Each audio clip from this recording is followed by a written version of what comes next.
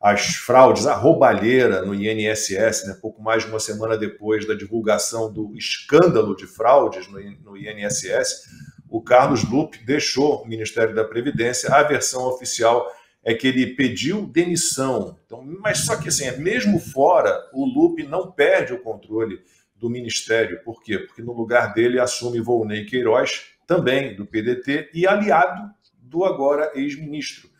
Antes de sair, o Lupe admitiu que sabia das fraudes no INSS.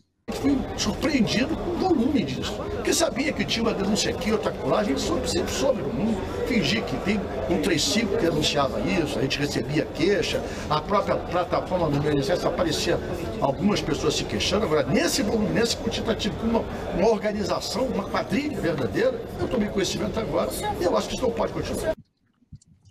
Ele sabia, mas achava que era pouco. Ele esperou quase 2 anos para se surpreender. Agora está aí, meu Deus, né? Bom, e o Volney Queiroz, que está assumindo o Ministério da Previdência, ele estava na reunião do Conselho Nacional da Previdência Social, em que a conselheira Tônia Galetti alertou sobre os descontos indevidos nos benefícios de aposentados e pensionistas. Isso foi em junho de 2023. Foi o primeiro alerta. Apesar desse alerta, nada foi feito. O ministro da Fazenda, Fernando Haddad, afirmou que o governo vai devolver o dinheiro desviado de aposentados e pensionistas. Ele só não explicou como isso vai ser feito nem quando. Estamos aguardando a CGU e a AGU nos envolverem numa etapa subsequente para tratar desse assunto. Essa questão ainda está no âmbito da CGU. A ação do governo é, evidentemente, reparar o dano causado pelas pessoas que foram responsabilizadas pelo que aconteceu. Mas a maneira de fazer, ontem eu conversei com o Vinícius, ainda não está formatada. Silvio, e aí tem mais preocupação, Silvio, porque a gente sabe que o dinheiro roubado ele serviu para enriquecer muita gente, carros de luxo, viagem, mala de dinheiro. Né? Como é que vai fazer essa turma toda devolver e ressarcir isso? Vai recair sobre os pagadores de impostos de novo? Estão falando até em crédito, né? Dar um empréstimo. Tem umas ideias assim tão absurdas que a gente fica preocupado com o que vem agora ainda. Né?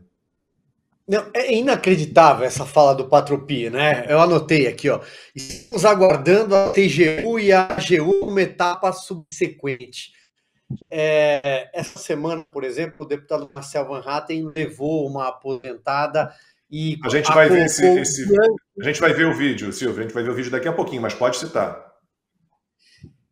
Tem outros exemplos, vamos entrar em outro aqui. O jornal O Estado de São Paulo, essa semana, por exemplo, trouxe uma senhora que contribui com o sindicato de pescadores. Ela falou, eu nunca vi um anzol na minha vida.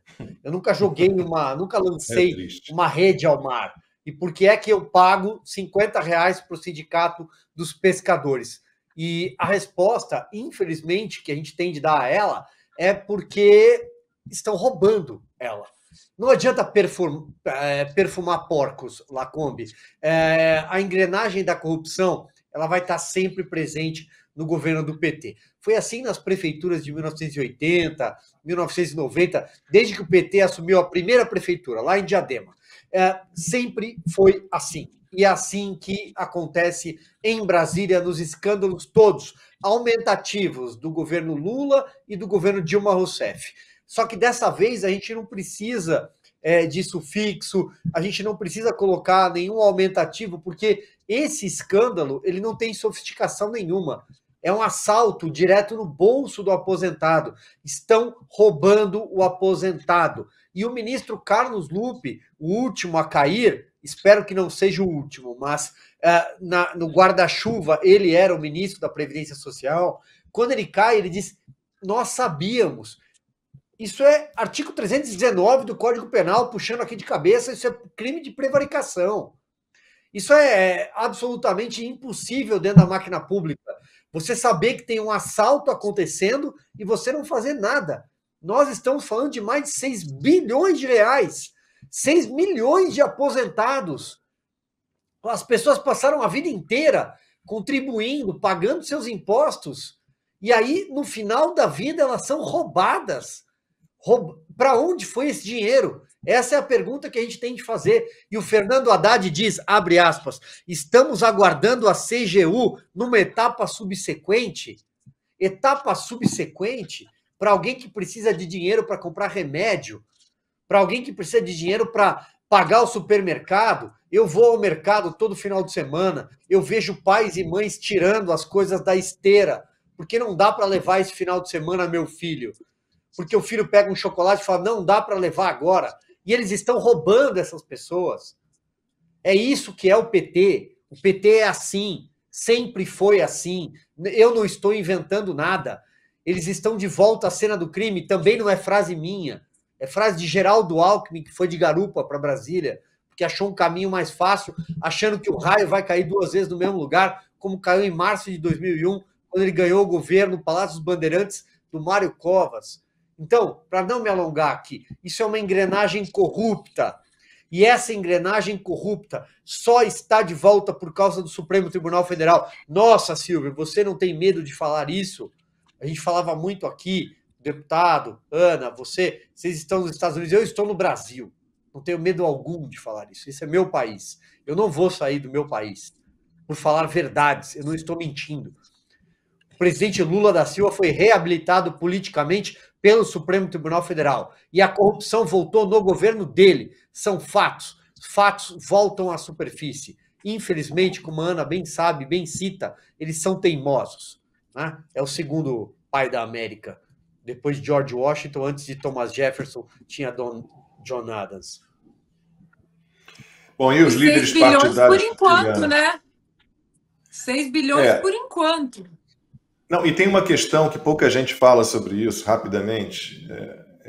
Nós temos aí um cálculo mal feito, obviamente, de 6 milhões de aposentados e pensionistas prejudicados, e você tem 2 milhões de pessoas que entraram com requerimento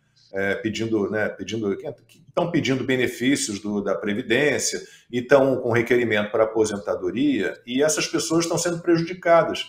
Por quê? As reclamações, né, desses 6 milhões, 1 milhão e pouco, a gente vai dar esse dado aqui daqui a pouquinho, acho que 1 milhão e 200 entraram com reclamações formais. Só que o órgão ali do INSS, o departamento do INSS, que analisa esses recursos por reclamações de descontos indevidos, é o mesmo que analisa pedidos de benefício e pedidos de aposentadoria.